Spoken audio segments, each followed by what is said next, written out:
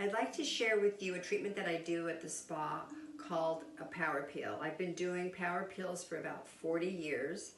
Power peels help discoloration, fine lines and wrinkles, large pores, and scar tissue. And the reason I started doing power peels is because I had terrible acne as a young girl, and this is the only thing that took my scars away. And I still do a power peel on my skin about once every 6 to 8 weeks.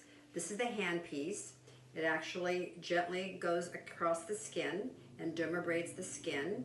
You can go deeper in areas where you have scar tissue. You can go deeper around eye tissue. You can go very lightly, and the neck you can do, it depends on the person's skin. But this is fabulous for the neck. It really even helps tighten the neck because it really helps stimulate your own collagen and elasticity.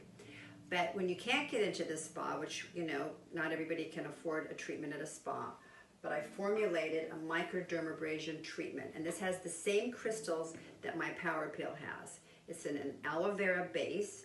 This is actually like a deep cleansing. If you have scar tissue or large pores, you can use this 3 times a week. If you have sensitive skin, you can use it once a week. After you do a power peel, you really can't go in the sun for 24 hours.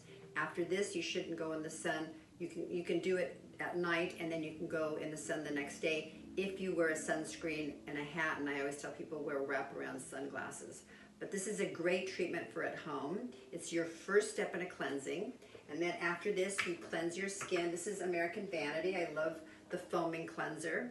This has 12 botanicals in it. It has bio-advanced CBD, and it has hyaluronic, which is very hydrating for the skin.